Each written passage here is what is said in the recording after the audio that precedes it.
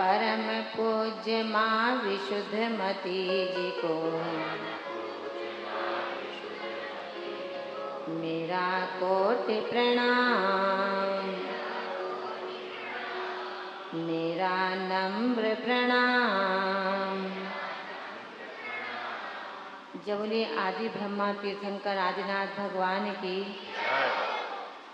शांति विधायक तीर्थंकर श्री शांतिनाथ भगवान की, चैतन्य चमत्कारी तीर्थंकर श्री पार्श्वनाथ भगवान की, शासन नायक तीर्थंकर श्री महावीर स्वामी की, 1452 गणधर देव की, गौतम गणधर स्वामी की, परम पूज्य बात्सल रत्नाकर आचार्य श्री विमल सागर जी महाराज की, परम पूज्य समाधि सम्राट तपस्वी सम्राट श्री सन्मत सागर जी महाराज की, परम पूज्य मर्यादा शिष्योत्तम आचार्य श्री भरत सागर जी महाराज की, परम पूज्य गुरुदेव आचार्य श्री निर्मल सागर जी महाराज की, परम पूज्य गुरुदेव आचार्य श्री इंद्र नंदी जी महामुनिराज की, परम पूज्य सिद्धांत रत्न भारत गौरव गणी आर्यका श्री विशुद्धमती माता जी की, गणधर वाला महास्त्रोत की, श्रीमद जैन धर्म की।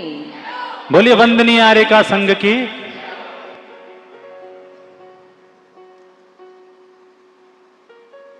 परम पूज्य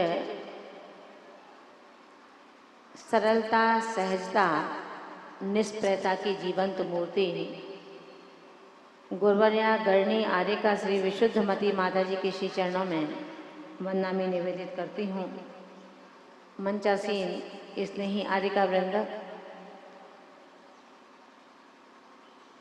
जिन धर्मग्राही सरगम सरता के सम्राट भाई केशव जी, उनके साथी उपस्थित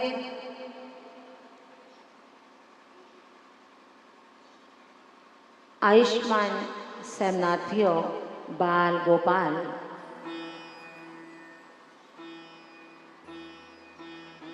दर्पण में त्रिलोक सुंदर मनोज्ञ रूप को निहारती हुई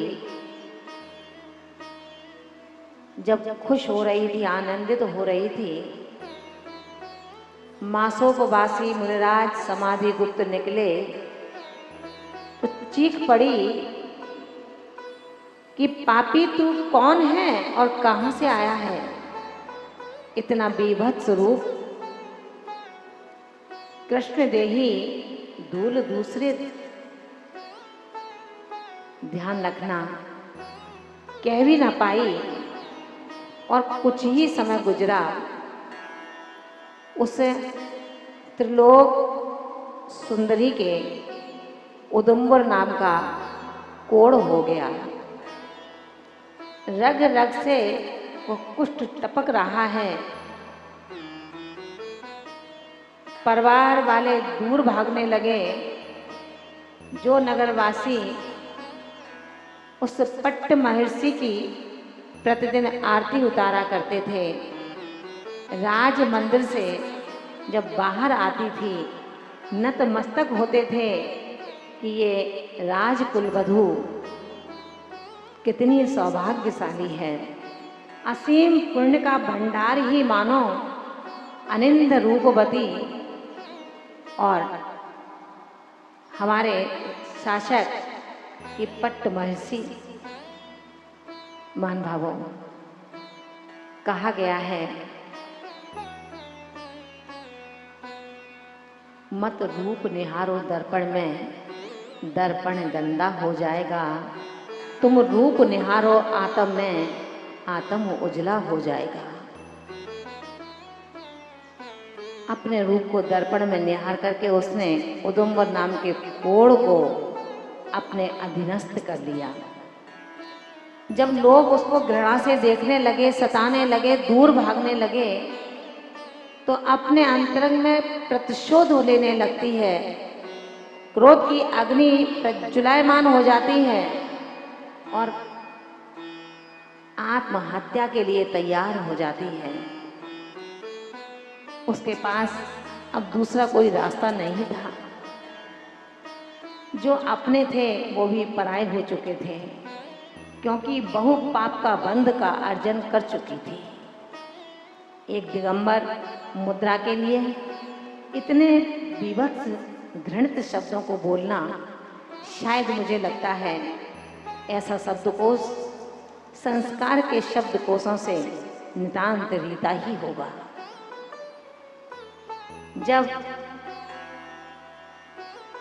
उसने देखा कि मेरा ही पति मुझसे दूर भागने लगा, तड़प उठती है, बेचैन होती है और आग लगा करके अपनी हत्या कर लेती है। जैन दर्शन कहता है आग लगाना ही इसका रास्ता नहीं है। आत्महत्या करना पाप का प्रक्षालन नहीं है, वरन पाप पर पाप करना है। वहां से जब प्राणांत हो जाता है तो महान भावों एक ब्राह्मण के घर में छछूंदरी की पर्याय को प्राप्त कर लेती है। वहां से जाती है, सर्पणी बनती है, गधी बनती है, अंधा सर्प बनती है, अंधी सूकरी बनती है और कुतिया की पर्याय में चली जाती है। स्त्री पर्याय छूटने का कहीं कोई कार्य नहीं था। इतने दारुण दुखों की तिमिश्रा को पार करके वो गर्भिणी कुछ पुण्य के योग से एक धीवर के यहाँ पूती नाम की कन्या बन जाती है, जिसके जन्म लेते ही माँ और पिता दोनों का देहांत हो जाता है। अत्यंत दुर्गंधित शरीर को प्राप्त करने वाली वो पूती, लोग उसको भगाने लगे, उससे दूर भागने लगे। इतनी गंदी बदबू इसके शरीर में आती है, भागो, इसके पास नहीं बैठना। शर्मिंदगा जिंदगी को जी करके उसने सोचा इतना दुर्गंधित शरीर है मेरा, अब मुझे क्या करना चाहिए। जंगल जंगल भटकती भटकती चलती है। एक नगर में एक जिनालय दिखाई देता है। वहां एक आरिका माता जी का दर्शन करती है, उनके चरणों में बैठ जाती है। नहीं जानती कि यथा योग के शब्द क्या होते हैं, बस बैठी है, एकटक उन आरिका को निहारती है। आरिका ने करुणा की दृष्टि से पूछा, बेटी तुम कौन हो? तुम्हारे शरीर से इतनी दुर्गंध क्यों आती है? आंखों से टप टप आंसू जिसके बह निकलते हैं। कहती है कि मुझे नहीं पता कि मेरे शरीर से इतनी दुर्गंध क्यों आती है, लेकिन इतना जानती हूँ मैं इस समय सबसे संसार में कोई पापी जीव है तो सिर्फ वो मैं। आंखों से अविरल अश्रु की धारा जिसके बह रही है और पाप के प्रक्षालन की एक भीख मांग रही है कि हे माँ मेरे पापों को प्रक्षालित कर दे। मैंने निश्चित रूप से अघोर पाप किया है, उसका ही ये परिणाम है कि मेरे जन्म लेते ही माता पिता स्वर्गवासी हो गए। परिवार वालों ने मुझे धक्का दे दे करके निकाल दिया है, अब मैं कहाँ जाऊं। करुणामयी आरिका ने कहा कि बेटी चिंता ना करो, दिन सबके एक से नहीं होते हैं। जब अच्छी देह ना रही तो ये दुर्गंधित देह भी नहीं रहेगी। जब सुख नहीं रहता तो दुख भी नहीं रहता है। तुम चिंता ना करो, तुम पंच गुरुओं की आराधना करो। पंचगुरु की आराधना क्या होती है, ये वो दुर्गंधित शरीर से युक्त पूती नहीं जानती थी। उसने कहा बताओ ना क्या होते हैं पंचगुरु, कैसे होती है उनकी आराधना, क्या बोलूं उनके लिए। महामंत्र नमोकार के उच्चारण को वो आर्यका माँ उसको सिखा देती हैं। निरंतर नमोकार मंत्र पढ़ती है।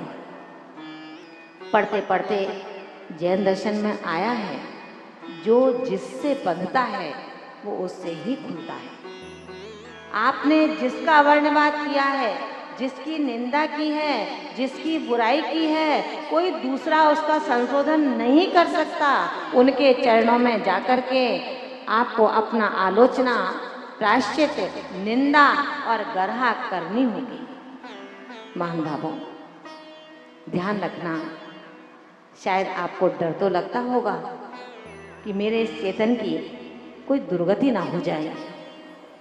उस दुर्गंधित शरीर से युक्त कन्या जब उस मंदिर के देहरी पर बैठकर के नमोकार मंत्र का उच्चारण करती थी, अनायास मासोपवासी समाधि गुप्त मुनिराज वहां से निकल पड़ते हैं। आपका प्रश्न हो सकता है कि कुकरी, सुकरी, सर्प इतनी सारी पर्यायों को रखने के बाद भी क्या वो महाराज अपनी आयु में रहे? महान भावों, जघन्य आयु अंतर्मूर्ति की होती है। उत्कृष्ट आयु जो है सो है, और उत्कृष्ट और जघन्य आयु के बीच की आयु मध्यम आयु कहलाया करती है। अब उसने जो आयु बांधी होगी वो जघन्य और मध्यम आयु थी। उस मध्यम और जघन्य आयु की तारतम्यता से निरंतर अनेकों पर्याय रखनी, आज जब धीवर की पुत्री बनती है, समाधि गुप्त मुनिराज निकलते हैं, अनायास उनकी दृष्टि पड़ती है कि अरे तेरे शरीर से इतनी दुर्गंध आने लगी, अब भी जाग जा, अभी तेरा कुछ बिगड़ा नहीं है। आर्यका ने पूछा, हे स्वामी ये कौन है? उन्होंने कहा, ये कोई और नहीं, ये भव्य और पुण्यशाली आत्मा है जो कालांतर में कामदेव प्रद्युम्न की माँ बनेगी और त्रिखंडाधिपति कृष्ण की सर्वांग प्रिय पट रानी रुक्मणी बनेगी। इतना बीभत्स शरीर कैसे हो गया स्वामी? उन्होंने कहा, कोई बड़ी बात नहीं है। रूप गर्विणा जब दर्पण में अपने रूप को निहारती थी तो इसने ये निंद शब्द बोल दिए कि ओ इतना पापी गंदा, ये कौन है कृष्ण देही जिसने मेरे रूप के निहारने में एक बाधा पैदा की है। बस इतना ही तो काफी था भटकने के लिए, और क्या चाहिए? जिसके अंदर जो दोष ना हो उन दोषों को कहना जैन दर्शन अवर्णवाद कहता है। जिसकी उत्कृष्ट स्थिति 70 कोड़ा कोड़ी सागर की बंद को प्राप्त होती है, जिसका आबाधा काल 7000 वर्ष पड़ता है, यानी कि ये कर्म 7000 वर्ष तक उदय में नहीं आएगा, उसके बाद 70 कोड़ा कोड़ी सागर तक निरंतर उदय में आता रहेगा। जागो, जाग जाओ, आंसू मत बहाओ, बस प्रायश्चित करो। आगे से कभी महापुरुषों की ही नहीं, किसी धर्मात्मा की भी मैं निंदा नहीं करूंगी, मैं बुराई नहीं करूंगी, उसके लिए अहंकार के शब्दों का इस्तेमाल भी नहीं करूंगी। झुक जाती है वो दुर्गंध शरीर युक्त कन्या, अपने आंखों के आंसू से प्रक्षालन करती है उन द्वय चरणों का, और अपने पापों को मानो धोने का ही उसने ये उपक्रम किया हो। महान भावों, पाप के प्रक्षालन के लिए आए थे समाधि गुप्त मुनिराज, जिनकी धूल दूसरित रत्नत्रय काया को देख करके इठलाने लगी, इतराने लगी कि कहाँ मेरा इतना सुंदर रूप और कहाँ दिगंबर मुनिराजों का इतना गंदा देह। वो देह गंदा नहीं था।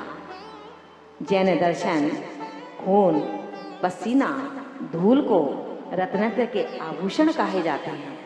जब आप किसी मुनिराज के देह के पसीने को हटाओगे तो मुनिराज आपसे कहेंगे कि अरे तुम क्या कर रहे हो, मेरे आभूषणों को मेरे शरीर से दूर कर रहे हो। ये उनके आभूषण हैं। आपका आभूषण है चमड़ी को रोज धोना और उस पर सुंदर सुंदर सौंदर्य प्रसाधन के अशुद्ध साधन का इस्तेमाल करके उसको सुंदर बनाना। लेकिन रत्नत्रयधारी अपने देह को इन प्रसाधनों से सुंदर नहीं बनाते, वो तो तीर्थंकर प्रभु की भक्ति से अपने आत्म को सुंदर बनाने का निरंतर प्रयास करते रहते हैं। महान भावों, जब प्रायश्चित कर लिया, प्रायश्चित के बाद अणुव्रतों को ग्रहण कर लिया, 16वें स्वर्ग में जाकर के वो सुंदर देवी बन जाती है। देव बनकर के वो ही आगे चलकर कृष्ण की प्राण वल्लभा पटरानी कामदेव प्रद्युम्न की माँ के रूप में अवतरित होती है। ध्यान रखना महान भावों, कहीं ऐसी गलती हुई हो, आज भी अपने पास समय है, हम गुरु से उसका प्रायश्चित ले सकते हैं। आपने किसी की वर्तना की हो, किसी की निंदा की हो, किसी की बुराई की हो, अपशब्दों का इस्तेमाल किया हो, ध्यान रखना आज शांति से बैठे हो, लेकिन बीज निरंतर अंकुरित हो रहा है। जिस दिन वो बीज पूरे अंकुरण होकर के पृथ्वी से बाहर निकल के आएगा तो हमें त्रासदी का एहसास कराएगा, हमें त्रासदी से भर देगा। आज जो खुशियों के आंसू हैं, वहाँ पर खून के आंसू टपकने के लिए मजबूर हो जाएंगे। कहीं कोई ऐसी गलती हुई हो, आज गुरु माँ हमारे बीच में हैं, हम उनसे उसकी निंदा, आलोचना, प्रायश्चित लेकर के अपने पाप का प्रक्षालन कर सकते हैं। यदि निधत्ति और निकाचित रूप में वो कर्म नहीं होंगे तो निश्चित रूप से आप उस पापों का प्रक्षालन कर लेंगे, और यदि निधत्ति और निकाचित रूप में वो कर्म हैं तो उसका पाप का प्रक्षालन संपूर्ण रीति से नहीं होगा, उसमें कुछ अपकर्षण हो सकता है। समाधि गुप्त मुनिराज की देह को देख करके वो इतरा गई थी। साधारण रूप से आप किसी साधु के तिरस्कार से कभी खुश मत हो जाना, कभी किसी साधु का तिरस्कार रूप शब्दों का इस्तेमाल मत कर लेना। अगर किया तो ध्यान रखना, केवल 3 समय का पेपर तुम्हें तुम्हारी पर्याय से निम्न गति में भेज देगा। उसे कोई बचाने वाला नहीं होगा, कोई रोकने वाला नहीं होगा। आपका दंभ, आपकी ईर्ष्या, आपका धन, आपके मित्र जो इन कामों में आपको सहयोग देते थे, वो आपको कहीं भी दिखाई नहीं देंगे। इसलिए अपने द्रव्य का स्वयं हमें प्रक्षालन करना है। मेरा चेतन द्रव्य कहीं निंद पर्यायों में मेरे मित्रों के कारण, मेरे धन के कारण, मेरे अपमान और सम्मान के अभिमान के कारण मुझे कहीं अन्य स्थानों पर जाने के लिए मजबूर न होना पड़े। इसलिए आज ही विचार करना, अगर किसी रत्नत्रयधारी के लिए, किसी अणुव्रती के लिए, किसी महापुरुष के लिए, किसी धर्मात्मा के लिए किंचित भी निंद विचार मेरे मन में आए हों, शब्द मेरी रचना से निकल गए हों, तो गुरु माँ से, गुरु जिसको बनाया हो उससे आप इसका प्रायश्चित करें तो आप इस पाप से संभवतः बच सकते हैं। अन्यथा जो उसका हुआ है वो आपका भी होगा, इसमें कोई शंका नहीं है। आइए इसी तारतम्यता में गौतम गणधर सहित 11 गणधर जो तीर्थंकर महावीर स्वामी के हुए, आचार्य भगवंत कहते हैं जब समोषण लगा है तीर्थंकर महावीर का, गौतम गणधर महावीर के चरणों में जाते हैं। गणधर बनने के लिए नहीं, शिष्य बनने के लिए नहीं, वरन उस सौधर्म रूप बने उस शिष्य के प्रश्न का उत्तर देने के लिए। त्रैकाल्यम द्रव्य सटकम नवपद सहितम जीव सटकाय लेस्या। क्या होता है इसका अर्थ? दंभी 500 शिष्यों का वह गुरु कह देता है कि चल तुझको क्या उत्तर दिया जाए, तेरे गुरु से ही मिलता हूँ। अंधे को क्या चाहिए? दो आंखें। प्यासे को क्या चाहिए? शीतल जल। लंगड़े को बैसाखी का सहारा। मिल जाता है वो वृद्ध, वो शिष्य कोई और नहीं था, वो सौधार में स्वर्ग का स्वामी, सौधार में इंद्र था। चल देता है टुक टुक लाठी की टेकता हुआ, पहुंच जाता है समवशरण के मानस स्तंभ पर। जो ही मानस स्तंभ पर दृष्टि पड़ती है, उस दंभी का दंभ बिखर जाता है, टूट जाता है अभिमान की लंबी श्रृंखला, और साष्टांग नमस्कार करके अप्रतिम वीतरागता जिसके बदन से निष्प्रह रूप से झर रही थी, उसके आगे झुक जाता है कि हे गुरुदेव, मैं समझता था तू पाखंडी है, लेकिन नहीं, तूने मेरे पाखंड के खंड खंड कर दिए। अब मैं तेरे शिष्यत्व को स्वीकार करता हूँ। महान भावों, जो प्रश्न का उत्तर देने आया था, उसका दंभ चूर चूर हो जाता है। कब? जब सर्वांग में वीतरागता झलकती है, जिसमें राग द्वेष की भित्तियां चकनाचूर होकर के बिखर जाती हैं, वहां पर वीतरागता का जन्म हो जाता है। ऐसा वो गणधर अब इंद्रभूत गौतम गणधर बन गए, जगत पूज्य हो गए, चार ज्ञान के धारी बन गए, भगवान महावीर के उत्तराधिकारी बन गए। महान भावों, उन गणधर स्वामी के से सुशोभित भगवान महावीर का वो समवशरण अपने आप में अत्यंत दिव्यता को परोस रहा था। मुख्य श्रोता के रूप में शासनाधिपति श्रेणिक पहुंचते हैं, राजसी चिन्हों को उतारकर भगवान महावीर के चरणों में विनम्र नमस्कार करते हैं और प्रश्न कर देते हैं कि हे त्रिलोकीनाथ, तीन भुवन के एक तिलक, आखिर जिस विषय का यहाँ प्रसंग चल रहा है, गणधर बलय, ये गणधर बलय क्या है? इसको किसने आचरण में लाया? इसका क्या फल मिला? और इसके ना करने से उसका क्या दुष्परिणाम मिला? इंद्रभूत गौतम गणधर तीर्थंकर की वाणी को झेलते हुए सर्व समोषण में प्रसारण करने लगे कि हे पुण्यवान श्रेणिक, तुमने बहुत सुंदर प्रश्न संयोजित किया है। गणधर बलय एक स्रोत है, गणधर बलय एक व्रत है, गणधर बलय एक मंत्र है, गणधर बलय एक यंत्र है। जिज्ञासा बढ़ती जाती है और जिज्ञासावश बिंबिसार श्रेणिक प्रश्न कर देते हैं कि भगवान, अब इतना उलझाने की आवश्यकता कहाँ है? सीधा सीधा बता दो ना। अगर व्रत हैं तो ये व्रत किसने, कब, क्यों और कहाँ किए थे, और उस व्रत का उसको क्या फल मिला था?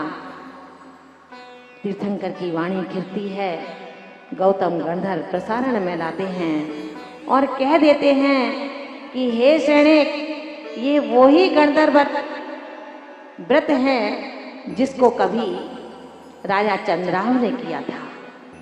राजा चंद्राव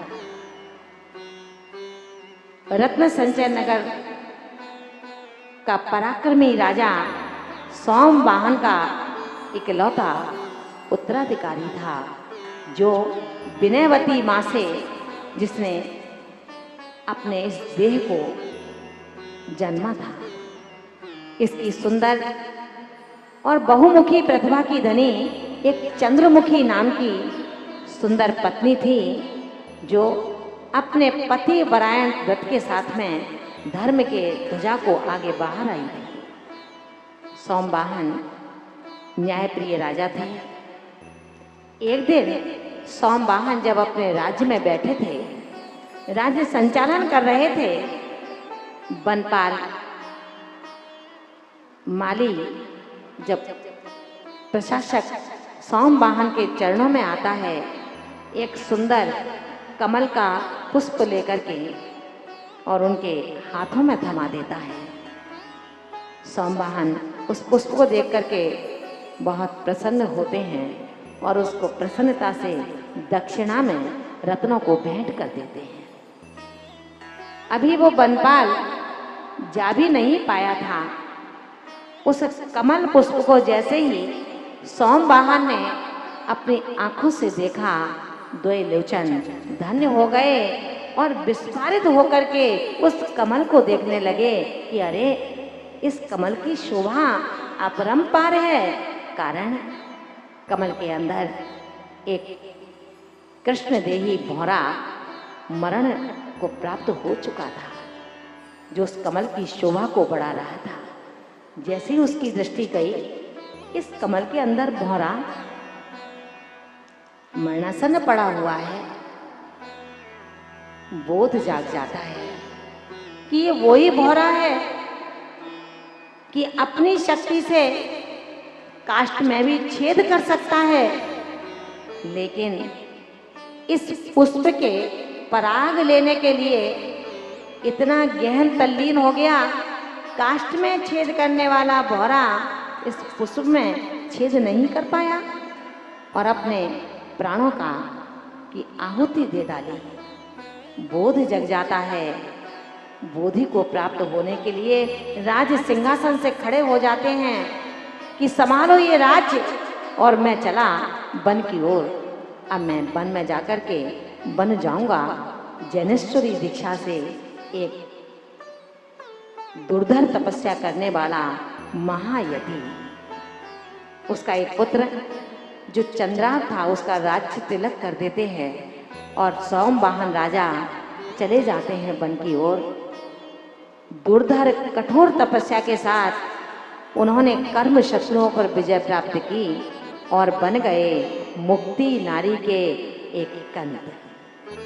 इधर चंद्राव अयासी पिता की विरासत को प्राप्त करके विसंगति में पड़ जाता है। सत्य व्यसनी मित्रों के साथ दोस्ती कर लेता है। एक दिन चंद्राव की मां ने कहा कि बेटा, इतना बड़ा राज्य कैसे संभालोगे इन गंदे मित्रों के साथ में? चंद्राव ने कहा, हटो, मेरे बीच में बोलने की कोई आवश्यकता नहीं है, मुझे इस यौवन का पूरा आनंद लेने दो। नहीं सुनी मां की बात, चला जाता है जंगल में शिकार करने। जंगल में जा रहा है, ज्यों-ज्यों वन प्रांतर में घुसने की कोशिश करता है, देखता है कि कोई शिकार नहीं दिख रहा। कारण क्या है? बस अपने मित्रों से कहा कि देखो, इस वन के अंदर कोई शिकार नहीं दिख रहा, मुझे शिकार करने में जो आनंद आता है उनके प्राण निकलते हैं, मेरे आनंद की कोई सीमा नहीं रहती है। मान भावो, कितने निष्ठुर भाव थे। प्राणियों के प्राण निकल रहे हों और दूसरे को आनंद आ रहा हो। वन प्रांतर की अनुपम छटा देखते देखते ज्यों ही अंदर पहुंचता है, देखता है कि एक शिला पर निष्प्रही दिगंबर संत निरंतर अपने ध्यान में, साधना में केंद्रित हैं। समझ जाता है चंद्राव, चीखने लगता है कि हटाओ इस पाखंडी को, इसके कारण यहाँ पर कोई शिकार दिखाई नहीं दे रहा है। मान भावो, मित्रों ने कहा, रुको रुको, अभी समय नहीं है, जब समय होगा तो इस पाखंडी को निकाल देंगे यहाँ से। मान भावो, अपने गहन आत्म ध्यान के समरसी वो यतिराज, उनको कुछ भी ध्यान नहीं है, कौन अट्टहास कर रहा है, कौन चीत्कार कर रहा है। बस समरसी आत्म स्वभावी अपने आप में इतने तल्लीन थे, वो बाह्य रूप से इस जंगल में दिखाई दे रहे थे, लेकिन अंतरंग विशुद्ध परिणामों से वो तो सिद्धालय के सिद्ध से अपनी आत्म प्रदेशों के अन्वेषण में निरंतर लगे हुए थे। मित्रों ने कहा कि हे युवा प्रशासक, अब समय नहीं है, इन मुनि को यहाँ से हटाया जाए, समय बहुत ज़्यादा हो चुका है। कल पुनः इस वन प्रांतर में चलेंगे। मुनिराज को जो पाखंडी है, अपने इस साधना के कारण किसी पशु को यहाँ आने नहीं देता, कल घसीटते हुए इसको इस जंगल से बाहर कर देंगे। महान भावों, कल के लिए वो युवा राजकुमार मान जाता है और कल प्रतीक्षा करेंगे कि कैसे निकालेगा उस मुनिराज को जो समरसी समता भावों से अपने आत्म ध्यान में तल्लीन बैठे हैं।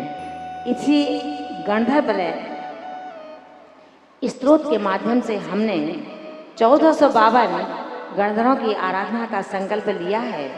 अब किसी बिना विलंब के प्रारंभ करेंगे गणधर्वलय आराधना का, वो सुंदर महाभक्ति का अजस्र स्त्रोत गणधर्वलय स्त्रोत, जिसको हम सभी संवेद स्वरों में एक साथ पूरी भक्ति पूरी शक्ति के साथ में यहाँ पर प्रस्तुत करेंगे। जिनांजिता राति गण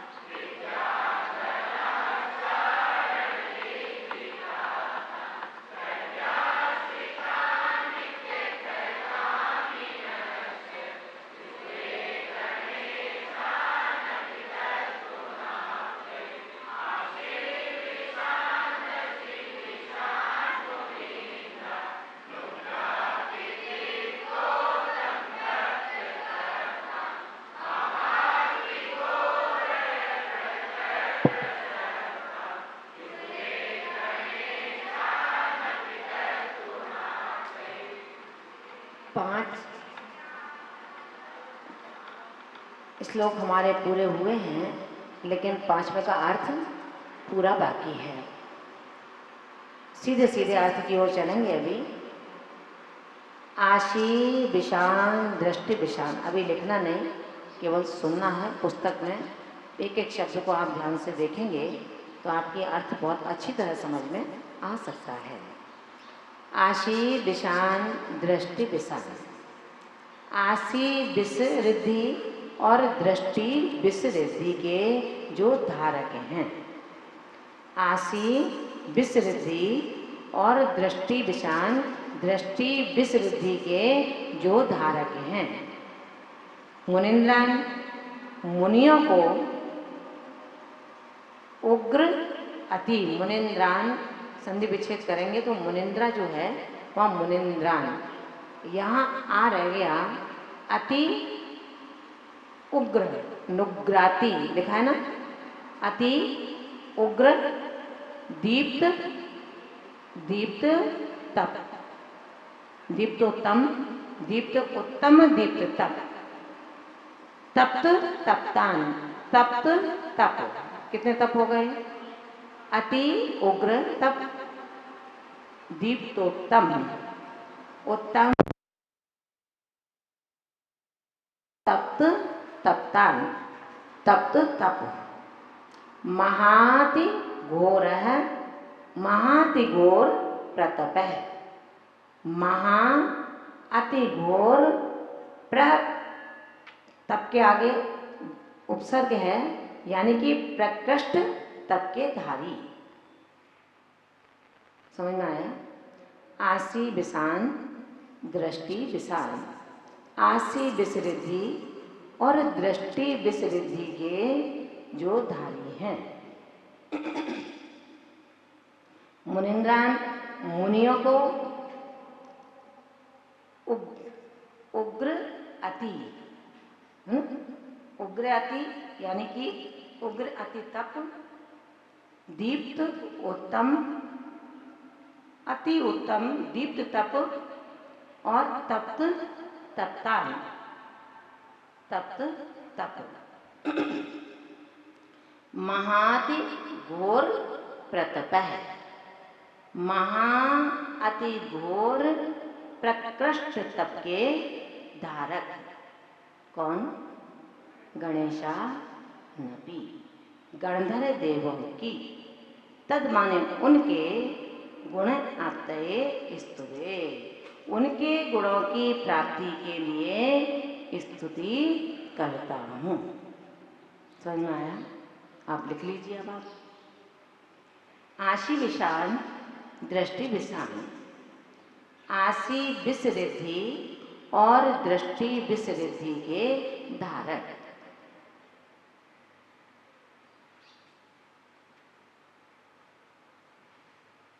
आशी विसरिद्धि और दृष्टि विसरिद्धि के धारक।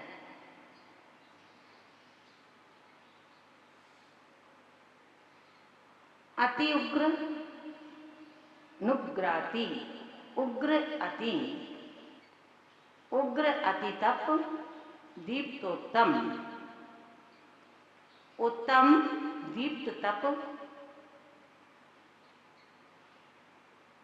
उग्र अति तप, उत्तम दीप्त तप और तप्त तप्तान, तप्त तप। आशी विशान, दृष्टि विशान, आशी विष रिद्धि और दृष्टि विष रिद्धि के धारक। आशी विष रिद्धि और दृष्टि विष रिद्धि के धारक। उग्र अति तप, अति उग्र तप और उत्तम दीप्त तप। उग्र अति से निकलेगा अति उग्र तप और दीप्तोत्तम, उत्तम दीप्त तप। लिख लिया?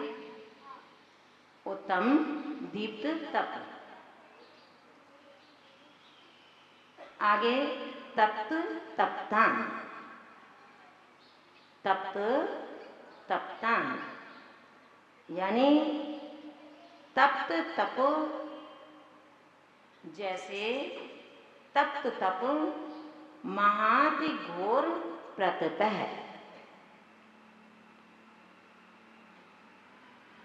महाति घोर प्रतप है, महा अति घोर प्रकृष्ट तप के धारी।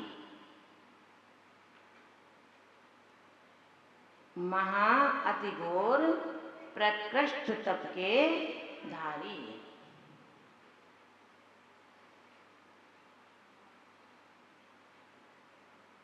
कौन? मुनिंद्रान, मुनियों के इंद्र। मुनिंद्रान, मुनियों के इंद्र।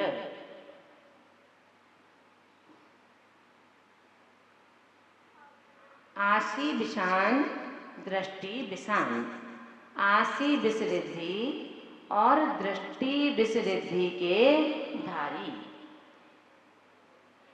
उग्र अति दीप्तोत्तम, अति उग्र तप और उत्तम दीप्त तप। तप्त तप्तान, तप्त तप महाति घोर प्रतपः प्रसक्तान महा अति घोर प्रकृष्ट तप के धारक। कौन? मुनिंद्रान, मुनियों के इंद्र। कौन है? गणेशा नपी, गणधर देवों की। तद गुणाप्ते, उनके गुणों की प्राप्ति के लिए स्तुवे, स्तुति करता हूँ। प्रसक्तान युक्त, धारक आगे प्रसक्तान माने उससे युक्त। एक बार और चेक कर लें आप लोग। आशी विषान दृष्टि विषान, आशी विष रिद्धि और दृष्टि विष रिद्धि के धारी। उग्र अति दीप्तोत्तम तप्त तप्तान, अति गुरुतप, उत्तम दीप्त तप और तप्त तप।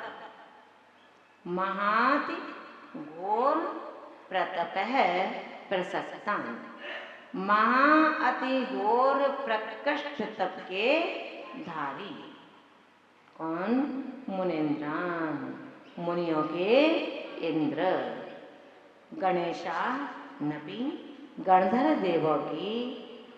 तद गुणाप्ते स्तुवे, उनके गुणों की प्राप्ति के लिए स्तुति करता हूँ। सबने लिख लिया? सबने लिख लिया? एक बार और चेक करना है क्या? नहीं? चलिए अब आशी विष रिद्धि क्या है?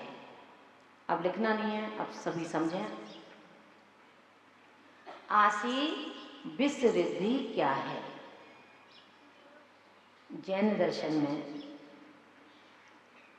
कहा गया, आशीष है विष जिसका। क्या कहा है? समझें आप, लिखने में आप समझ नहीं पाएंगे, समझें केवल। आशीष है विष जिसका, उनको आशीष विष कहते हैं। अब आप कहेंगे कि माता जी आशीर्वाद भी विष युक्त होता है क्या? कहोगे ना? जब आपकी रसना विषयुक्त हो सकती है, खाद्युक्त हो सकती है, आपकी दृष्टि में भेद हो सकता है, तो सब कुछ हो सकता है। क्योंकि जो हम बोलेंगे वापस वही आवाज आती है। आपने अगर उस मोक्ष मार्गी के लिए कहीं कुछ बोला तो निश्चित है पाप रूप बदले में आपको कष्ट, दुख और पीड़ा ही मिलेगी। आचार्य भगवंत कहते हैं, आशीष है विष जिनका, ऐसे आशी विष रिद्धिधारी मुनिराज कहे जाते हैं। अगर उनके वचनों से ये निकल गया कि तू मर जा, उनका वचन अगर मारने के निमित्त से है, तू भिक्षा मांगकर भोजन कर, अगर ऐसा शब्द निकल गया तेरे सिर का छेद हो जाए, अगर ऐसे वाक्य निकल गए, जिस व्यक्ति के लिए ये उनके वचन व्यक्ति विशेष के लिए उस कार्य के निमित्त बन जाया करते हैं। क्या समझ में आया? समझ में आ गया? माता जी ये तो अच्छे से समझ गए हम, है ना? अच्छे समझे ना? आशी विष रिद्धिधारी मुनिराज की शक्ति क्या है? अगर उन्होंने कहा कि जा तेरा मरण होगा, तो वो व्यक्ति जिसके लिए कहा है उसका मरण हो जाएगा। उन्होंने कहा इसका धड़ अलग हो जाए शरीर से, तो आपका धड़ अलग हो जाएगा शरीर से। आशीष है विष जिनका। दूसरा अर्थ क्या है? आशी विष, आशीष है अविष जिनका। उनके अंदर दोनों शक्तियां हैं। कोई भक्त आया, आप कहते हैं ना भैया माता जी तो अपने अपनों को आशीर्वाद देती हैं, ध्यान रखना, अभी आशी विष आ रहा है। आशीष है अविष जिनका, उन्होंने कहा बेटा तू खूब फलेगा तो तुम खूब फलोगे। उन्होंने कहा तेरे घर पर पंचाक्षर की वृष्टि हो, आपके यहाँ पंचाक्षर की वृष्टि होगी। उन्होंने कहा कि तू निर्विष हो जा, अगर किसी सर्प ने काट लिया, किसी जहरीले जानवर ने काट लिया और आप ऐसे मुनिराज के पास चले गए तो कहेंगे जा चिंता मत कर, तेरा सारा शरीर निर्विष हो जा, तो वो निर्विष हो जाएगा। ये उनके वचन जिसके लिए निकलते हैं, उनका वचन निकल गया कि तेरी व्याधि दरिद्रता सब दूर हो, तो आपकी व्याधि दरिद्रता उनके वचन इसको दूर करने में निमित्त कारण होंगे। समझ में आया ना? अब क्या करना है अपने को? महाराज बहुत बेकार है माता जी। उन्होंने कहा तू मर जा। ये महाराज अच्छे हैं, इन्होंने कहा तू जिंदा हो जा। मैंने महाराज को अच्छा बुरा बता दिया, माता जी में भेद कर दिया, लेकिन जैन दर्शन कह रहा है ये भेद हुआ कब? जब आपकी दृष्टि में भेद हुआ। लेकिन जैन दर्शन का न्याय कहता है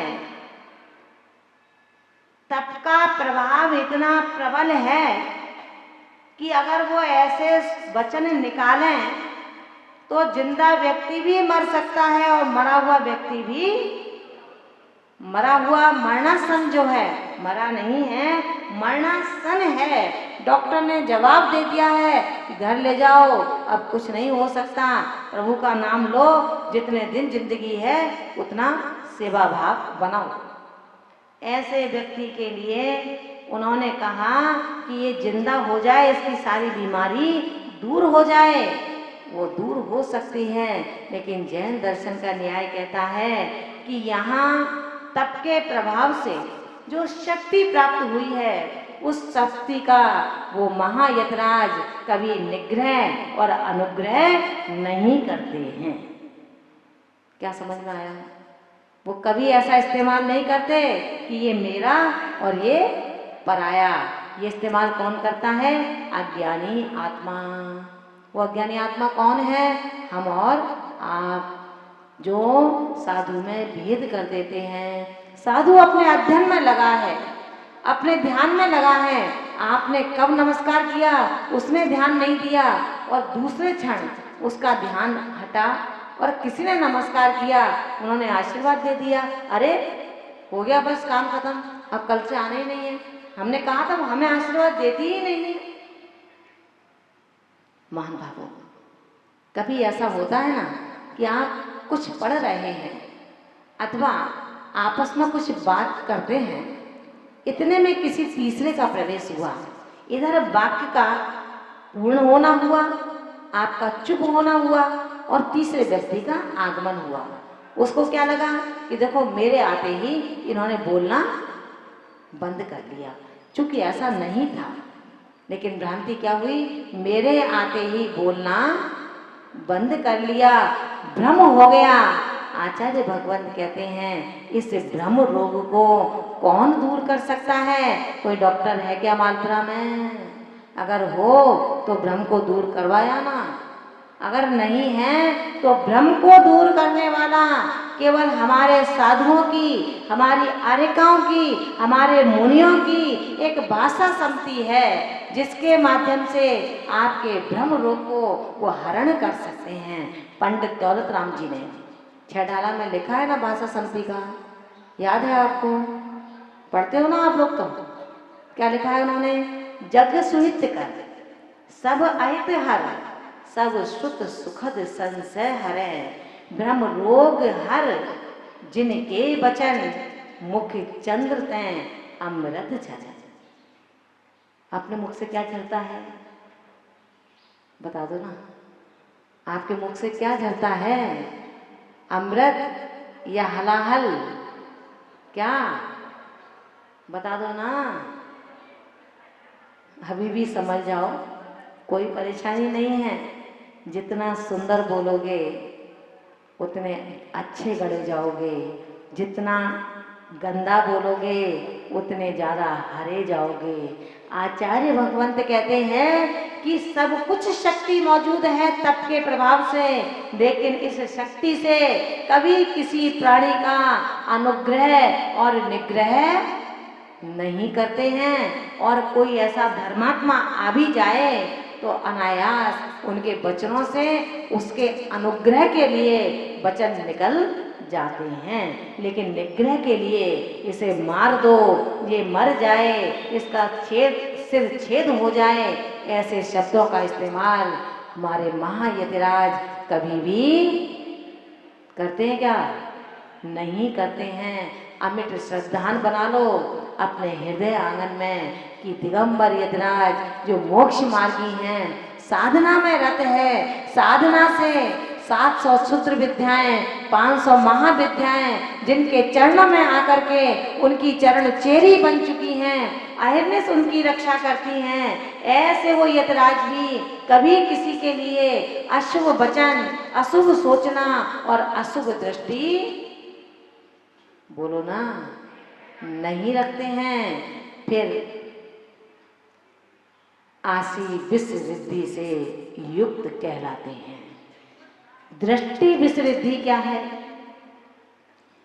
दृष्टि के माध्यम से चक्षु और मन को ग्रहण किया गया है, जिसमें वो चक्षु से देखकर, मन से विचार करके, अगर रुष्ट होकर के किसी ने बहस की, किसी ने कुछ कहा और रुष्ट होकर के कहे कि अभी रुक, मैं तुझे अभी बताता हूँ, मैं तुझे अभी मारता हूँ, इस प्रकार जो कहते ही, देखते ही, सोचते ही मन में विचार आया ही है कि इसका सबक सिखाना पड़ेगा, तो बस ये विचार आया है। क्योंकि दृष्टि विश्वसिद्धि का, दृष्टि का तात्पर्य यहाँ पर चक्षु और मन से ग्रहण किया है। चक्षु का तात्पर्य देखने से और मन का तात्पर्य सोचने से।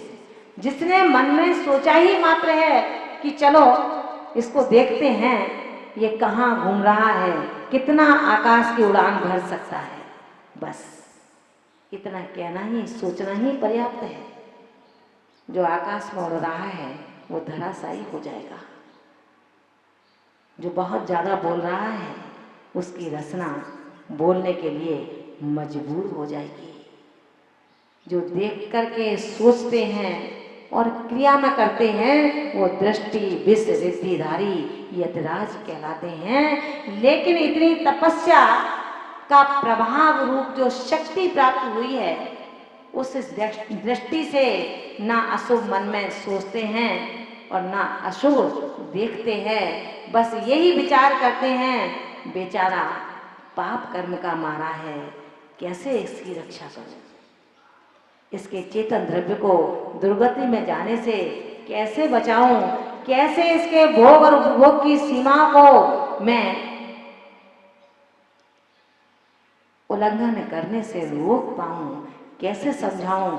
हे संसारी पामरो, अब भी समझ जाओ, समय रहते हुए सूर्य अस्त होने वाला है। सूर्य अस्त होने से पहले पहले यदि माचिस और मोमबत्ती को करेने से रख लिया जाए, संभाल करके रख लिया जाए, घोर अंधकार होने पर आपने संभाल करके रखा है, इसलिए अब आप अंधेरे में भी उस माचिस मोमबत्ती को उठा करके जला सकते हो, पूरी रात्रि चिर अंधकार में गुजारने से बच सकते हो।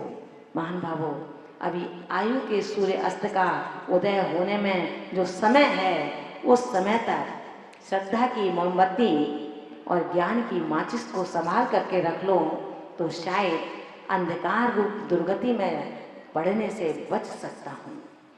जब दृष्टि विष, आसी विष रिद्धिधारी मुनिराज अपने भक्तों के लिए, संसारी प्राणियों के लिए सिर्फ विचार क्या करते हैं, वो कहते हैं, ओ चेतन रे जाल में तू तो रम जान ज आत्म राम में, ओ चेतन रे कब तक भ्रमेगा भ्रम जाल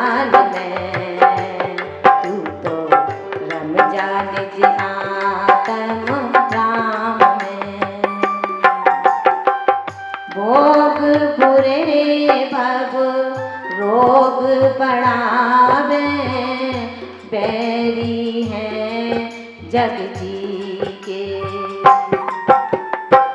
निज दर्शन को होने ना दे, नाही करम होनी के। हो तू तो हो जादू निष्काम रे, हो चेतन रे, कब तक भ्रमेगा भ्रम जाल में, तू तो भ्रम जाल निज आत्म राम में, ओ चेतन रे। मैं कोई भजन नहीं सुना रही। दृष्टि विष रिद्धिधारी और आसी विष रिद्धिधारी मुनिराज, हम संसारी अज्ञानियों को, अहंकारी पाखंडियों को ये उपदेश देते हैं कि जागो, कब तक सोते रहोगे, चिंता करो, सुध ले लो अपने आत्म राम की। राम राम कह के तुमने उस दशरथ के राम को बहुत पूज लिया, अब अपने राम को पूछो, अपने राम से, आत्मा राम से मिलन करोगे तो निश्चित रूप से नहीं कहना पड़ेगा क्या, चेत चेत चेत रे मन, चेत अब तो चेत रे, चेत चेत चेत रे मन, चेत अब तो चेत रे। चिड़िया चुंग रही है तेरा मोतियों का खेत रे, चेत चेत चेत रे मन, चेत अब तो चेत रे। चिड़िया चुंग रही है तेरा मोतियों का खेत रे, चेत चेत चेत रे मन। इन शब्दों को हम समझें। ऐसे वो रिद्धिधारी यतिराज जब अति उग्र तप पर जब उतरते हैं, ऐसे ही सिद्धियां प्राप्त नहीं हुई, ऐसी सिद्धियां प्राप्त नहीं हुई। आप कितना पुरुषार्थ करते हो उस लक्ष्मी के लिए। याद है ना विमल भैया, कितना पुरुषार्थ करते हैं अपन। कपड़े के भी उद्योगपति यहाँ बैठे होंगे जो थान के थान खोल करके दिखाते हैं ग्राहक को, एक के बाद एक थान खोल देते हैं, कोई चिंता नहीं करते हैं। लेकिन ग्राहक तमाम थानों को खुलवाने के बावजूद भी 1 मीटर कपड़ा नहीं खरीदता और वापस चला जाता है। फिर भी कहते हैं कि बाबूजी द्वारा अवसर देना सेवा का, आप द्वारा आना। बिल्कुल क्रोध नहीं आया उस पर, बिल्कुल रोष नहीं आया उस पर, क्योंकि संबंध बिगाड़ने नहीं है। पड़ोसी के यहाँ चला जाएगा तो मेरा ग्राहक टूट जाएगा। हे उद्योगपतियों, उस कपड़े के थान को अब बड़े प्यार से घड़ी करने लगते हो, कोई गाली नहीं निकलती मुझसे। लेकिन यदि धर्म की दुकान खोली, नवदा भक्ति की और मोक्ष मार्ग का ग्राहक आपके दर पर नहीं रुक पाया, आपकी दुकान खाली रह गई, तो कितने गीत सुनाते हो। और लगा ले चौका, चौका लगाएगी, इतने चौके लग रहे हैं फिर भी चैन नहीं है। आगे महाराज, आगे माता जी, बहुत दम भरती है, मेरी माता जी, मेरी माता जी बुला लाती। कितने गीत सुनाए आपने। उस थाना को गली करने में एक गाली भी नहीं निकली थी, और यहाँ पर जब धर्म का ग्राहक तुम्हारे इस दुकान पर नहीं रुक पाया, उसकी विधि नहीं मिल पाई, तो मैंने कितने गीतों की बौछार कर दी। ध्यान रखना महान भावों, कर्तव्यों को पहचानो। क्या कर्तव्य है तुम्हारा। दानम पूजा मुखम सावे धम्मो साव्या तेण बिना। आचार्य कुंद कुंद भगवंत कहते हैं दान और पूजा आपका मुख्य कर्तव्य है, इसके बिना आप श्रावक नहीं कहला सकते। अपने आप कहते हो श्रावक, श्रावक। आप श्रावक हो क्या? कौन कौन श्रावक है, हाथ ऊंचे करें। अब कोई डर के कारण श्रावक हाथ ऊंचा नहीं करेगा, पता नहीं क्या कह देंगे अभी। रमेश भैया श्रावक हो क्या? श्रावक तो है, इसमें कौन सी भूल है माता जी, श्रावक तो है ही। हम श्रद्धावान हैं, हम विवेकवान हैं, हम क्रियावान हैं, लेकिन कर्तव्यों की नहीं करते। हे शंकर, तुझे शंकर मानते हैं, लेकिन हम कंकर है, अपने मन की करते हैं, तेरी जय कही नहीं करते हैं, क्योंकि हम शंकर के छोटे छोटे कंकर हैं। ध्यान रखना। ऐसे यतिराज जब उग्र तप की ओर बढ़ते हैं, उग्र तप के दो भेद किए हैं, उग्रोग्र तप और अवस्थित तप। कौन से? उग्रोग्र तप, आपकी पुस्तक में इसके भेदों का शायद हमने लिखा है। उग्रोग्र तप और अवस्थित तप, ये दो प्रकार उग्र तप होता है।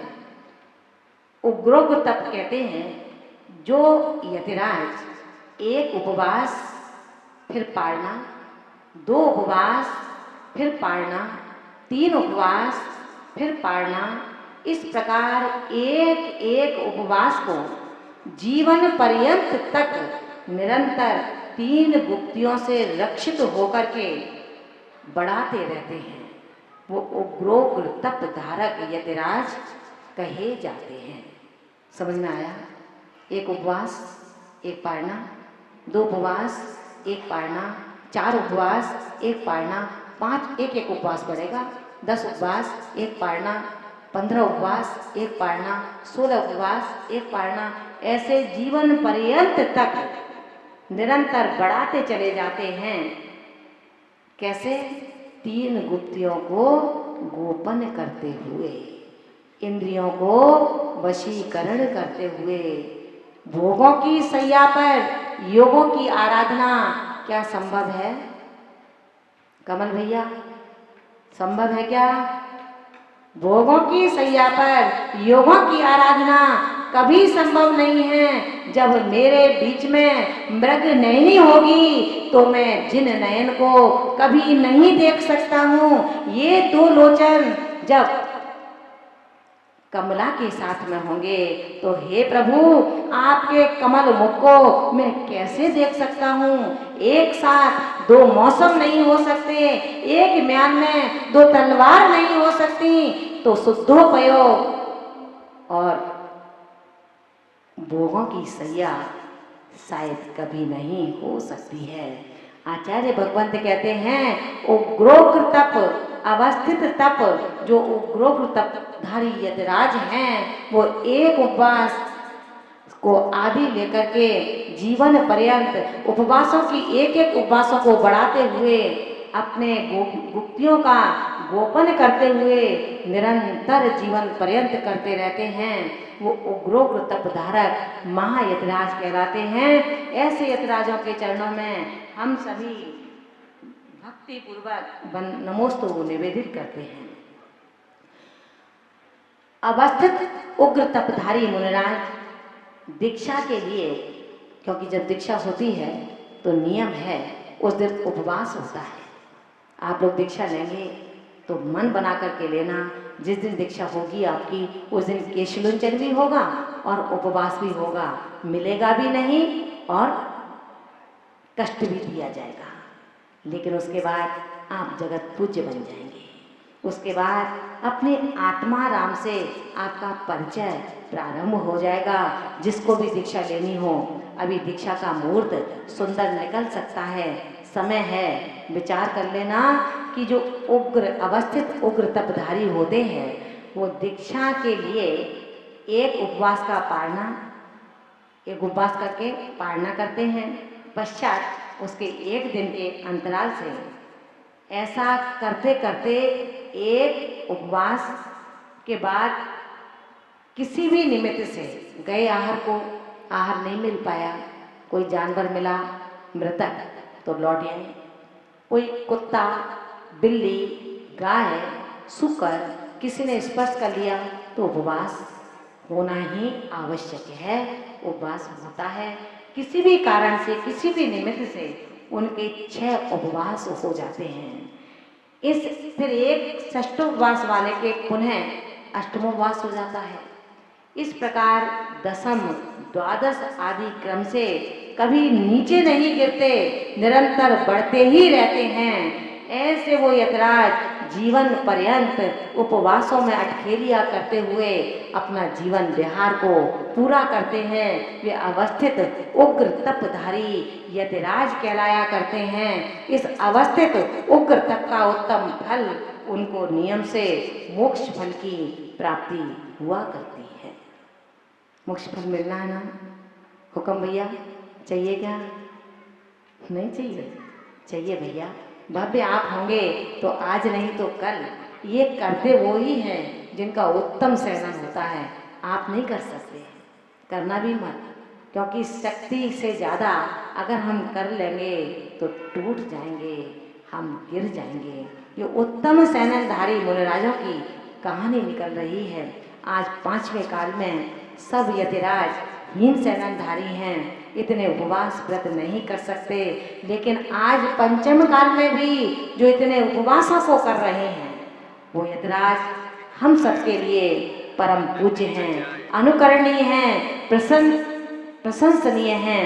आचार्य प्रसन्न सागर जी महाराज जो सिंह निष्क्रीडित व्रत जिन्होंने पहले लघु किए थे, अब उन्होंने बृहद करना प्रारंभ किया है।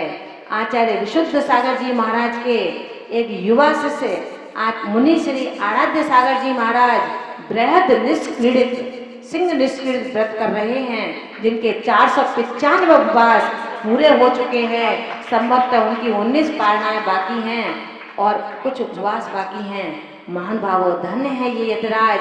5म काल के ऐसे प्रदोष काल में भी इतनी बड़ी साधना करते हैं। हमारा मस्तक इन मुनिराजों के लिए श्रद्धा से झुक जाना चाहिए। हम मुनिराज नहीं बन सकते, लेकिन जो ऐसी कठोर साधना कर रहे हैं उनका हम अनुमोदना जरूर कर सकते हैं। ऐसे मुनिराजों के लिए 5म काल में अवस्थित आचार्य प्रसन्न सागर जी महाराज, मुनि आराध्य सागर जी महाराज के लिए भी हम यहाँ से नमोस्तु निवेदित करते हैं। हे स्वामी, आपकी ये शक्ति आपको अंतिम लक्ष्य तक विजय प्रदान करे। इन्हीं भावनाओं के साथ कभी ये शक्ति हमारे अंदर भी आए और हम भी ऐसी साधना को कर सकें। इन्हीं भावों के साथ युगल मुनिराज के चरणों में नमोस्तु नमोस्तु नमोस्तु। दीप्त तपधारी जो मुनिराज होते हैं वो मुनिराज चतुर्थ 6ठम उपवासों के करने पर भी जिनके शरीर की कांति कम नहीं होती, फीकी नहीं पड़ती, तप जनित लब्धि के महात्म को प्रतिदिन शुक्ल पक्ष की चंद्रमा की भांति बढ़ाते जाते हैं, बढ़ती जाती है। अभी अपन उपवास करते हैं तो क्या कहते हैं, माता जी देखो इनका छोटा सा मुंह हो गया है, ये कहते हैं ना। उपवास करते हैं तो चेहरा निकल आया है, कहते ना। लेकिन उन मुनिराजों की दीप्ति, कांति, तेज कभी भी कम नहीं होता, वरन जैसे जैसे उपवास बढ़ते जाते हैं शुक्ल पक्ष की कलाओं की भांति उनकी तेज, दीप्ति, कांति बढ़ती चली जाती है। ऐसे वो शुक्ल पक्ष के चंद्रमा के समान इस तप जनित लब्धि के महात्म को निरंतर प्राप्त होते चले जाते हैं। तप्त तप रिद्धिधारी यतिराज तप के द्वारा मल, मूत्र, शुक्रादि रस आदि को तप्त अर्थात नष्ट करते चले जाते हैं। उतारा और तवा के ऊपर आपने पानी डाला तो पानी का शोषण कितना समय लगता है, कितना लगता है, तुरंत कर लेता है। इसी तरह से वो तप करने वाले यतिराज जिनके द्वारा ग्रहण किए हुए 4 प्रकार के आहार का तपे हुए लोह पिंड के द्वारा आकृष्ट पानी के ग्रहण करके उन्हें निहार रहित कर देते हैं। निहार नहीं होता, आहार तो होता है। निहार क्यों नहीं होता? उस आहार का रसादी तो बन गया, लेकिन मल नहीं बनता। पंचम काल में हम लोग सभी आहार करते हैं, लेकिन सबका मल बनता है। रसादी में कितना % जाता होगा आहार मैं नहीं कह सकती हूँ, लेकिन इतना कह सकती हूँ हीन शक्ति में भी आज के साधुओं को कमजोरी महसूस होती है। शरीर साथ नहीं देता है। इसका कारण है कि उसकी जो प्रकृति है वो अस्थिर है। कौन सी? शुभ प्रकृति। अशुभ प्रकृतियाँ बढ़ी हुई हैं और शुभ प्रकृति अस्थिर है। ये कारण है कि आहार करने के बावजूद भी शरीर साथ नहीं देता। लेकिन धन्य है वो उत्कृष्ट सहनन के अवधारी महायतिराज तप्त तप रिद्धि के माध्यम से समस्त आहार का शोषण करने के बाद पानी के समान निहार नहीं होता और तप्त तप रिद्धि को निरंतर बढ़ाते ही चले जाते हैं। ऐसे तप्त तप रिद्धि के अवधारी मुनिराजों के श्री चरणों में हम अपना विनम्र नमोस्त निवेदित करते हैं। इसके बाद महातपधारी कैसे होते हैं पता है? बता दें क्या? महातपधारी जो महातप के माध्यम से अणमादि 8 रिद्धियों को प्राप्त कर लेते हैं, 8 गुणों को प्राप्त कर लेते हैं। अणमादि बताया था ना, जो चारण रिद्धि के भेद में आपको बताया था, ये अणमादि 8 गुणों से युक्त हो जाते हैं। जल चारणादि 8 गुणों से सहित हो जाते हैं, जिनकी शरीर का प्रकाश अति उत्तम होता है। 2 प्रकार की अक्षीण रिद्धिधारी होते हैं। सर्वौषधि रूप, जिनका मल आदि परिणत हो जाता है। समस्त इंद्रों से अनंत बल को ग्रहण करने वाले होते हैं। समस्त विद्याओं के धारी होते हैं। मति ज्ञान, श्रुत ज्ञान, अवध ज्ञान और मन परय ज्ञान से तीनों लोकों के व्यापार को अच्छी तरह जानने में निष्णात होते हैं। पानी पात्र के आहार को अमृत रूप पलटाने में, परिणमन कराने में जो युग समर्थ होते हैं, ऐसे महातपधारी यतिराज आज हमारे बीच में नहीं है। अगर आपको देखना है तो आपको अपने 84,000 वर्ष की आयु का बंदोबस्त करना होगा। कितनी? 84,000 वर्ष की आयु का।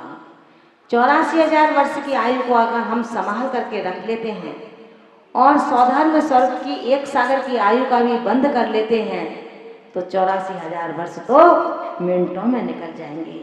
फिर हम जन्म लेंगे चौथे काल में, जहाँ पर रिद्धिधारी, चारण रिद्धिधारी, केवली, शुद्ध केवली, तीर्थंकर, कामदेव, नारायण, प्रतिनारायण, 63 सला का पुरुषों के हम चेतन आँखों से उनके दर्शन करने का सौभाग्य प्राप्त करेंगे।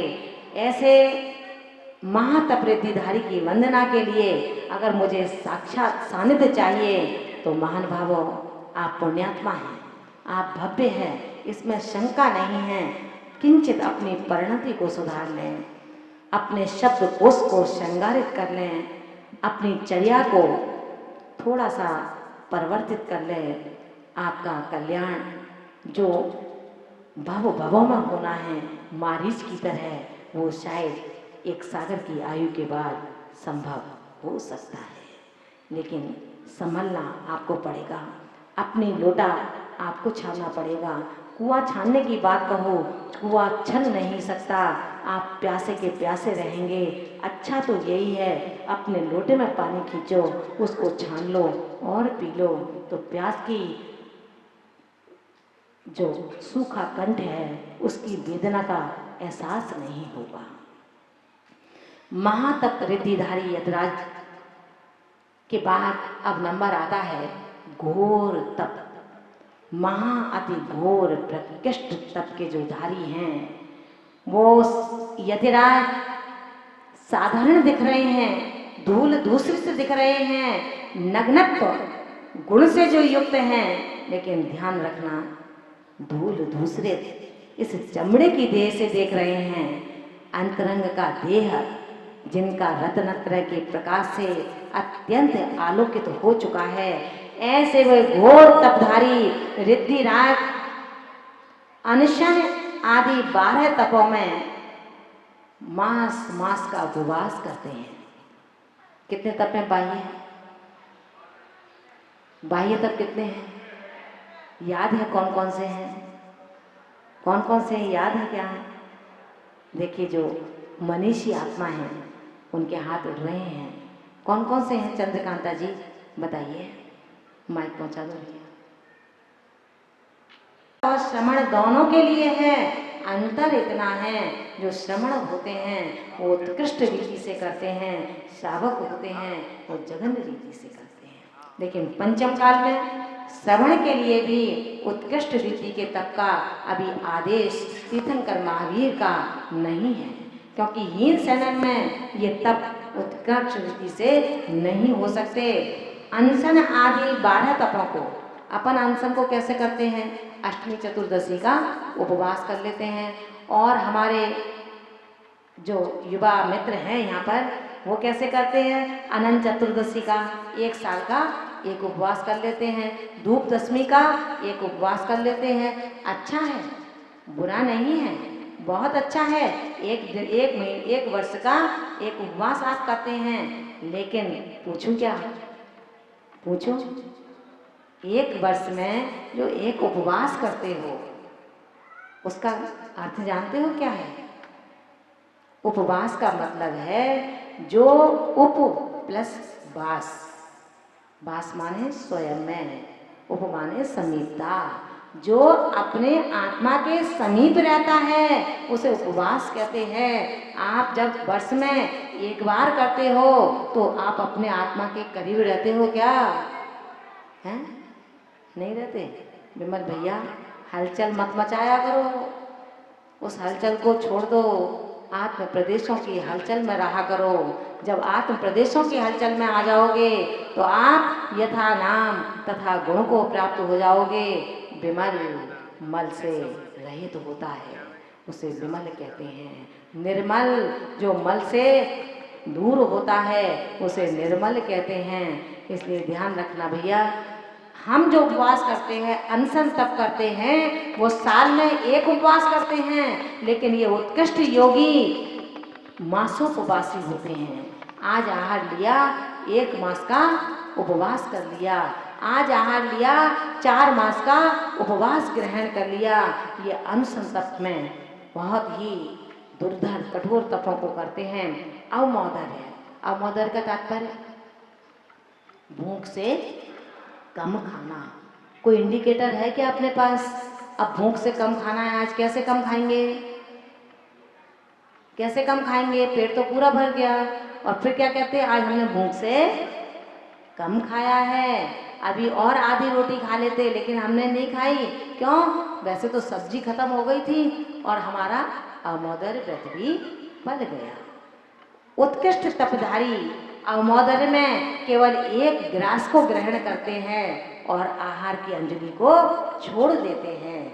वृत्ति पर संख्यान साधु करते हैं, श्रावक नहीं करते। क्या करते हैं? नाना प्रकार की विधियों को लेकर के, अटपटी विधि नहीं लेते। अटपटी विधि केवल उत्तम शरीर के लिए आवश्यक है, लेकिन वर्तमान में विधि को लेकर के चलते हैं। कोई 1 कलश लेता है, कोई 2 नारियल ले सकता है, कोई 2 बादाम ले सकता है। ये वृत्ति पर संख्यान है। संकल्प करते हैं कि हे प्रभु, मैं प्रत्यक्ष निष्ठापन करता हूँ और प्रतिज्ञा लेता हूँ, आज ये विधि मिलेगी तो ही आहार ग्रहण करूँगा, अन्यथा नहीं करूँगा। अथवा ये विधि जब तक नहीं मिलेगी तब तक आहार ग्रहण नहीं करूँगा। ये विधि जो भी ली वो किसी को बताई नहीं जाती, गोपनीय होती है। विधि नहीं मिलती, साधु उपवास ग्रहण कर लेता है, दूसरे दिन फिर आहार को निकलता है, क्योंकि उसने संकल्प किया है जब तक ये विधि नहीं मिलेगी तब तक मेरा उपवास रहेगा। वो 2 दिन, 4 दिन, 8 दिन, 16 दिन, 32 दिन, जितने भी दिन निकलेंगे, जब तक वो विधि नहीं मिलेगी आहार नहीं होगा। आचार्य शांत सागर जी महाराज जब आहार की पालना को निकले थे, उनका नियम था जिस घर पर दरवाजे पर रत्नों की, मोतियों की दाने बिखरे होंगे, वहां पर मेरा आहार होगा। 1 दिन गुजर गया, 2 दिन गुजर गए, 5 दिन गुजर गए, 7 दिन गुजर गए, सारा नगर चिंता युक्त हो गया, घर घर के चूल्हे बंद हो गए, सबने अन्न पानी का त्याग कर दिया। अगर आज महाराज की विधि नहीं मिलेगी, किसी घर में चूल्हा नहीं जलेगा। एक सेठ और सेठानी पड़गा रहे थे, वो कपड़े आपकी तरह नहीं पहनते थे। वो अपने कपड़े पहनते थे, अपने द्रव्य से लाते थे, वो मंदिर के कपड़े नहीं चलते थे। और उसके बाद आभूषणों से सुसज्जित थे, सोने का हार पहने थे जिसमें मोतियों की मालाएं गुथी थी। जैसे ही महाराज मंदिर से आए, लोगों ने किया स्वामी आ रहे हैं, पड़गाओ, पड़गाम चालू होता है। हे स्वामी नमोस्तु नमोस्तु नमोस्तु, अत्रो अत्रो तिष्ठो तिष्ठो, आहर जसुत है। स्वामी आते हैं, लौटने लगते हैं। सेठ जी ने अपनी पत्नी से कलश छीना, जैसे ही कलश छीना मोतियों का हार टूट जाता है, मोती बिखर जाते हैं। आचार्य शांति सागर जी महाराज वापस आते हैं और खड़े हो जाते हैं। उनकी यही तो विधि थी, जिस दरवाजे पर मोती बिखरे होंगे उस दरवाजे पर जाकर के मैं आहार ग्रहण करूंगा। मान भावों, आखिरी आग खड़ी हो जाती है। विधि की भी विधि परीक्षा लेती है। ये होते हैं संकल्पों का एक परीक्षा का दौर। लेकिन उत्कृष्ट तपधारी घोर तप से जो युक्त हैं वो ऐसा नहीं करते। वो अपने आवास से निकलते हैं और चौराहे पे जाकर खड़े हो जाते हैं, निहारते हैं पूरब उत्तर दक्षिण पश्चिम में। कोई श्रावक पड़गाहन के लिए आएगा तो भिक्षा के लिए जाऊंगा, अन्यथा उपवास ग्रहण कर लूंगा। चौराहे पर भिक्षा की प्रतिज्ञा, चौराहे पर आहार की प्रतिज्ञा करके खड़े होकर के वृत्ति पर संख्यान बाह्य तप का उत्तम रीति से जो पालन करते हैं, इसके साथ रस परित्याग। रस परित्याग में अपन क्या करते हैं? आज दिन कौन सा है, उसी दिन का त्याग कर देते हैं। शुक्रवार है तो काय का त्याग करेंगे? आज दही का त्याग कर देंगे। लेकिन हे महायतिराज, आप धन्य हैं, आपने रसों के त्याग में 6 प्रकार का रस का त्याग करके केवल उबले हुए जल में जो भात पकाया गया है, चावल पकाया गया है, उसको ग्रहण करते हैं और वापस अपने ध्यान पीठ पर आकर के विराजमान हो जाते हैं। अपन उस रस को त्याग करेंगे तो क्या करते हैं? भैया ड्राई फ्रूट्स बना देना, कुछ तो चाहिए खाने के लिए। ठीक है, क्योंकि आप हीन सैनधारी हैं तो इतना उत्कृष्ट तप नहीं हो सकता, लेकिन तप को तपना चाहिए। विविक्त शय्यासन में हम कहाँ पर सोते हैं? कहाँ सोते हैं अपन? पाटे पर, जमीन पर? किस पर सोते हैं अपन? डल्लब के गद्दों पर। अच्छी नींद आती है क्या? ध्यान रखना, यहाँ अच्छी नींद आती है, वहाँ पर डल्लब के गद्दे पता है कैसे मिलेंगे? कैसे मिलेंगे? जिस पर कांटे लगे होंगे। थोड़ी देर के लिए ही तो सोई थी वो काम करने वाली राजा की दासी। उसने कहा अभी राजन को देर है, सो करके तो देखूं इस सैया पर कैसा लगता है। सोई है, आंख लगी पाई है। राजा आते हैं, कहते हैं मेरी सैया पर कौन है ये? उठाते हैं, कोड़ों की मार पड़ती है। कोड़े जैसे जैसे बंद पड़ते जाते हैं वो हंसती जाती है, खिलखिलाकर हंसती है। प्रशासक आश्चर्य करता है कि कोड़ों की इतनी कड़ी वेदना और तू हंस रही है, कारण क्या है? रोको, इसको मारो मत, इसका रहस्य पूछो। रहस्य पूछते हैं कि कारण क्या है? कहती है स्वामी मुझे हंसी आ रही है, सिर्फ इसलिए आपका क्या होगा? चंद समय के लिए सैया पर सोई थी, इतने कोड़ों की मार पड़ी है, आप तो प्रति समय सोते हो, आपका क्या होगा? कितने कोड़े पड़ेंगे? बस इसीलिए हंसी आ रही है और कोई बात नहीं है। महान भावों, ध्यान रखना, वो यतिराज विविक्त शय्यासन का उत्तम रीति से पालन करते हैं, जहां पर व्याघ्र, शेर, चीते, क्रूर हिंसक पशु से जो सहित होती है अटवी, उसमें जाकर के अपना आवास बना लेते हैं, वहां जाकर के अपना निवास बना लेते हैं। चाहे वो शेर उनको ऐसा ही क्यों ना फाड़ दें, लेकिन उनको कहीं कोई अपने प्राणों की चिंता नहीं होती है। काय क्लेश, अपना काय क्लेश होता है तो क्या करते हैं अपन?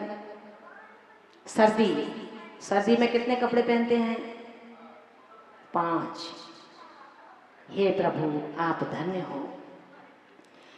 जान करके अति ठंडे प्रदेश में, सर्दी में अति ठंडे प्रदेश में जाकर के योग धारण करते हैं, गर्मी में अति ग्रीष्म प्रदेश में अपना आवास बनाते हैं। ऐसे प्रदेशों में जहाँ पर इस प्रकार के बाह्य उत्कृष्ट तप करते हैं, जिनके शरीर को देखकर, जिनकी दिव्य समरसी देह को देख करके भयभीत पशु भी निर्भयता को प्राप्त हो जाते हैं। ये बाह्य 6 प्रकार के तप इसी तरह के अंतरंग तपों को उत्तम रीति से करने में जो उन तपों को धारण करते हैं, ये घोर तप रिद्धिधारी यतिराज कहलाते हैं। इन सभी यतिराजों के चरणों में हम सभी मन से, वचन से और काय से त्रिभक्ति पूर्वक बारंबार नमोस्तु नमोस्तु नमोस्तु निवेदित करते हैं।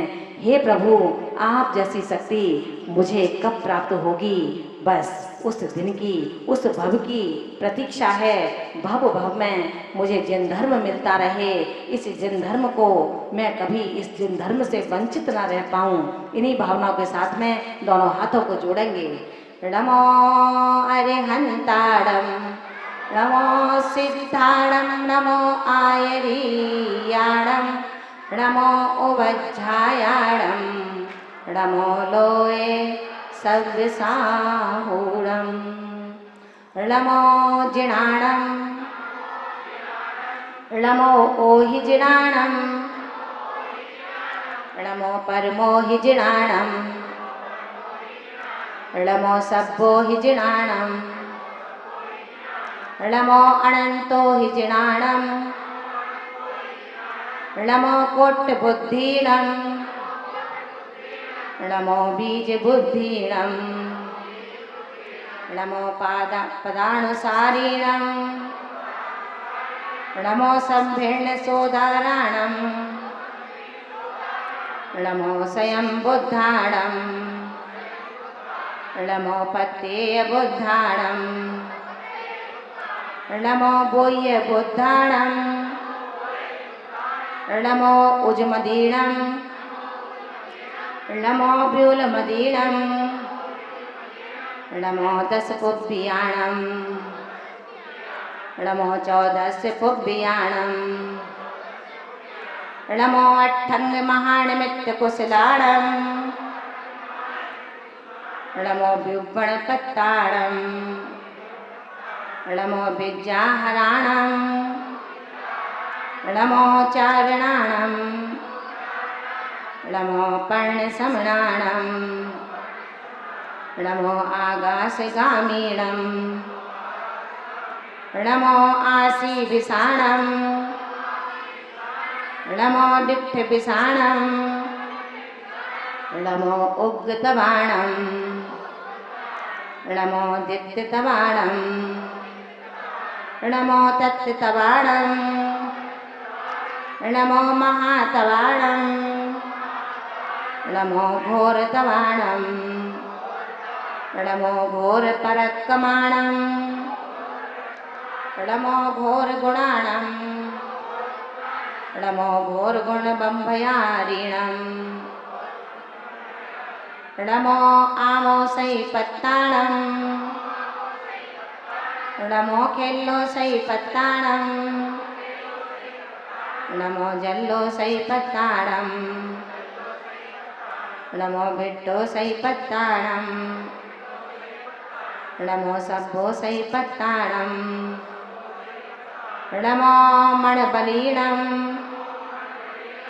नमो बचबलीणम, नमो कायबलीणम, नमो क्षीरसवीणम, नमो सप्तसवीणम, नमो महुर्सवीणम, नमो अमयसवीणम, नमो अक्षीणमहानसाणम, नमो बड्डमाणाणम, नमो लोय सब्बसिद्धाय दणाणम, नमो बड्डमाण बुद्धशिष्य। जसन्तियं धम्मोपहं नियञ्चे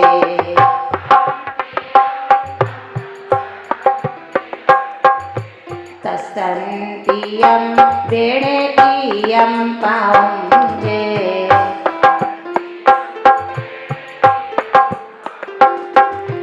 कायेण वाचा मनसा विवेचम्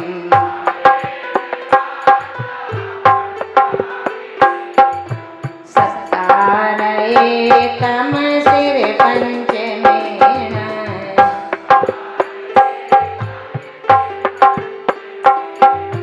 सहारे तम सिर पंचमेण।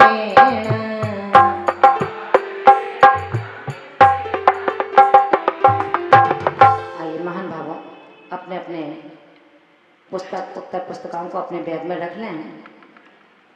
इन बच्चों के लिए बहुत सी गीता से मैं केवल 2 या 3 प्रश्न पूछूंगी ताकि इन बच्चों को थोड़ा अच्छा लगे और ये बच्चे बताएंगे हमें कि आज तुम्हें उन समाचार पालन करती अहिंद से आत्म का ध्यान करो। मैं नमो तुम्हें श्रद्धा पूर्वक तुम पंचम गति का वर्ण करो। शुद्ध आदि का प्रमुख आत्म ज्ञानी अति भारी हो। चरित्र शुद्ध संयम भूषण की गुरु माँ तुम अवतारे हो। दिन रात कठिन मिटाने को शांति जगाया है। मैं क्रोध से शत्रु को माँ तुमने तुम ज्ञान भारती की नंदन कामी सुंदर की संतति हो। उन साध्वी की कुल धारा के तुम ही अनुपम संपत्ति हो। सिंधु गति गंभीर आप समस्त स्थिरता धारी हो। वसुधा सम तुम क्षमावान चंदन सम शीतल है वाणी। हरिया चरिताई किसी लख कर मन हमें कमल खिल जाता है। नर इंद्र सुरेंद्र सभी पर कर चरणों में झुकने आता है। विशुद्ध संग उपवन प्यारा वात्सल्य की गंगा बहती है। हम सब भी आगम विज्ञ बन मन की आवाजें कहती हैं। ओ धन्य धन्य माँ शुद्ध मति हम वंदन कर हर्षाते हैं। शत शत वंदन शत बार नमन चरणों में करने आते हैं। शति वंदन शति बार नमन चरणों में करने आते हैं। शति शति वंदन शति बार नमन चरणों में करने आते हैं।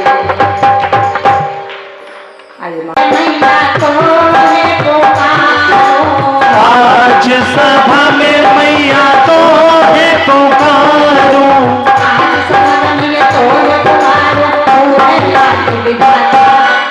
आज हमारे जिन वाणी माता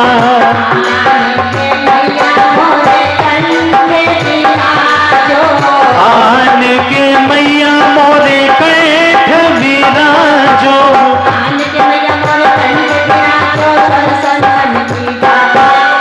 आज हमारी जय जिनवाणी माता। जय जिनवाणी माता रख लाज हमारी। जय जिनवाणी माता। मंत्री महोदय, इन दोनों हाथों का इस्तेमाल करो। अभी करना है, लड़ाई में अपने पॉकेट के अंदर रखना और भक्ति में दोनों हाथों को ऊंचा उठाओ और करो भक्ति। शास्त्र ग्रंथों का शास्त्र ग्रंथों का मैया बोध नहीं है। शास्त्रों का बोध नहीं है, हमको कुछ नहीं आता। आज हमारी जय जिनवाणी माता। जय जिनवाणी माता रख लाज हमारी, जय जिनवाणी माता।